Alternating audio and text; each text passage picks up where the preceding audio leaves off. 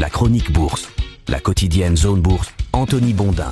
Salut tout le monde et bienvenue dans ce point de marché Zone Bourse. Nous sommes le mardi 8 avril 2025 et le titre c'est « En bourse, les infos bidons fonctionnent toujours bien ». La bourse américaine s'est stabilisée hier, du moins en clôture, parce que la séance a quand même ressemblé à des montagnes russes après des rumeurs foireuses. En Europe, l'ambiance était bien plus morose parce que les marchés sont restés focalisés sur la peur d'une déconstruction du commerce mondial. L'escalade verbale entre la Chine et les États-Unis au sujet des droits de douane n'a pas envoyé les indices asiatiques au tapis ce matin, elle n'a pas non plus anéanti le rebond des bourses du vieux continent à l'ouverture. Bienvenue donc dans un monde où la moindre petite phrase peut faire s'évaporer des centaines de milliards ou faire exploser à la hausse les indices boursiers. L'une des caractéristiques d'une crise importante, c'est d'exacerber les réactions, et là on est en plein dedans. Avant d'écrire des tartines sur d'autres sujets, je vous rappelle quand même brièvement le zeitgeist du moment. Les optimistes, qui sont peu nombreux, il faut bien l'admettre, pensent que la guerre commerciale lancée par Donald Trump va conduire à plein d'accords bilatéraux plus favorables aux États-Unis dans un laps de temps suffisamment court pour que l'économie américaine ne soit pas trop touchée. Et d'ailleurs, si les choses commencent vraiment à foirer, la Fed sera forcée de baisser ses taux à marche forcée, donc ça pourrait passer. Les pessimistes, eux, ils pensent que la guerre commerciale va créer de l'inflation, la fin de l'exceptionnalisme américain va cliver un pays déjà bien fracturé, entraîner une équation inflation, dette, taux, emploi, prospérité impossible à gérer pour Washington, voire provoquer quelques catastrophes latentes allant d'un effondrement du private equity à la crise de la dette publique.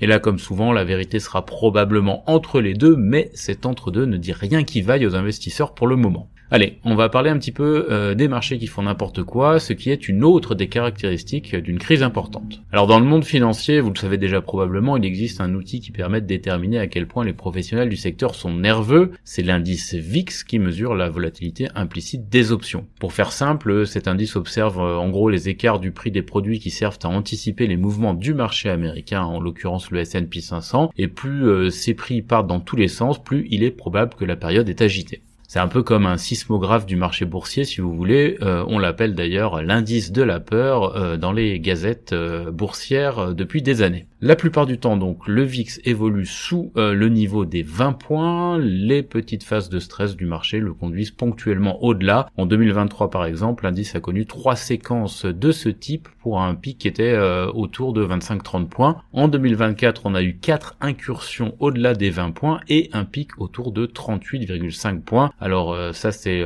le pic en fin de séance parce qu'il y a eu quand même des envolées, notamment le 5 août 2024 avec un sommet éphémère à 65,73 points. Hier donc, le VIX a touché en séance le niveau de 60 points et il a clôturé juste en dessous des 47 points. C'est un niveau de fin de séance qui est extrêmement élevé et qui est un signe évidemment de la forte tension qui règne actuellement sur les marchés financiers. Ce niveau, je vous le rappelle, n'a été dépassé que 2 fois depuis le début du siècle, en octobre 2008 lors de la faillite de Lehman Brothers et en mars 2020 lors de l'explosion de la pandémie de Covid. C'est donc quand même un signal un petit peu funeste. On reste donc sur le référentiel de ces deux bouleversements majeurs puisque l'ampleur de la baisse enregistrée sur les 3 séances de jeudi, vendredi et lundi est d'une ampleur identique à ce qui avait été enregistré en 2008 et en 2020. Alors là, nul ne peut prédire la suite, mais je rappelle quand même que la pandémie avait provoqué un flash crack suivi d'une remontée spectaculaire par son ampleur et par sa rapidité, alors que la crise des subprimes, elle avait traîné en longueur, puisque entre le point haut du S&P 500 en octobre 2007 et le point bas en mars 2009, il s'était quand même passé pas mal de temps.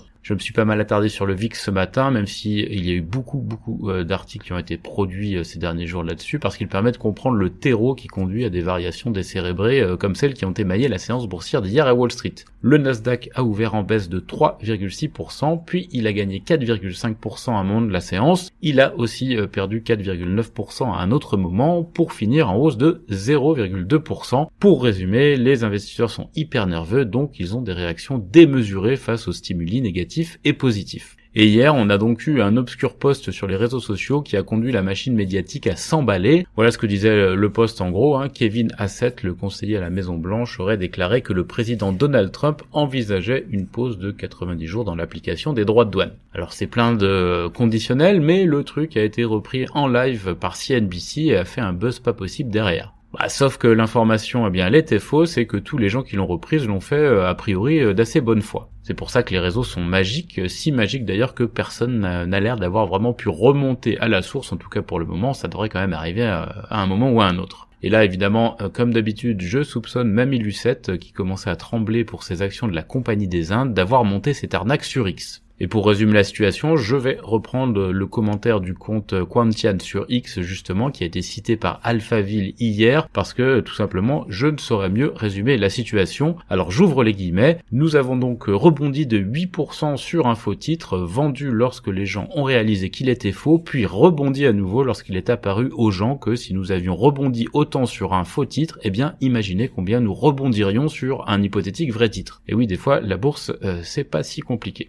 À ce propos, la tectonique des plaques douanières a pas mal évolué ces dernières heures. Tous les pays ciblés par les surtaxes douanières sont prêts à négocier, certes, mais certains ne le feront qu'après avoir répliqué. C'est manifestement le cas de l'UE qui fourbit ses armes, mais surtout de la Chine qui a décidé de maintenir une position ferme contrairement à ce qui s'était produit lors du premier mandat de Donald Trump. Et ça, évidemment, ça a déclenché la colère du président américain. Il a exigé de Pékin un retrait des mesures de rétorsion, sans quoi il ajoutera 50% de surtaxe aux 54% déjà prévus. La Chine, elle, a répliqué qu'elle n'avait pas l'intention de céder au chantage et a enclenché une politique de soutien à ses propres marchés financiers, politique qui implique notamment la Banque centrale chinoise. Les milieux d'affaires, eux, pensent que le pays va puiser dans ses réserves, notamment ses ressources budgétaires, pour tempérer l'impact de la guerre commerciale et tenir le choc. Cette posture, elle permet aux indices chinois de se reprendre ce matin. Le Hang Seng rebondit de 1,6% en cours de séance, mais dans la mesure où il s'est effondré de 13,5% hier, eh bien on est quand même assez loin du jeu à somme nulle à ce stade. On note également un rebond d'ampleur assez suspect à Tokyo, plus 5%, mais là il y a quand même une explication un petit peu plus rationnelle. Le marché salue le coup de fil entre Donald Trump et le Premier ministre japonais comme un signe d'ouverture, d'autant plus que Scott Bessent a expliqué que le Japon devrait obtenir un traitement prioritaire s'il s'engage rapidement dans le dialogue.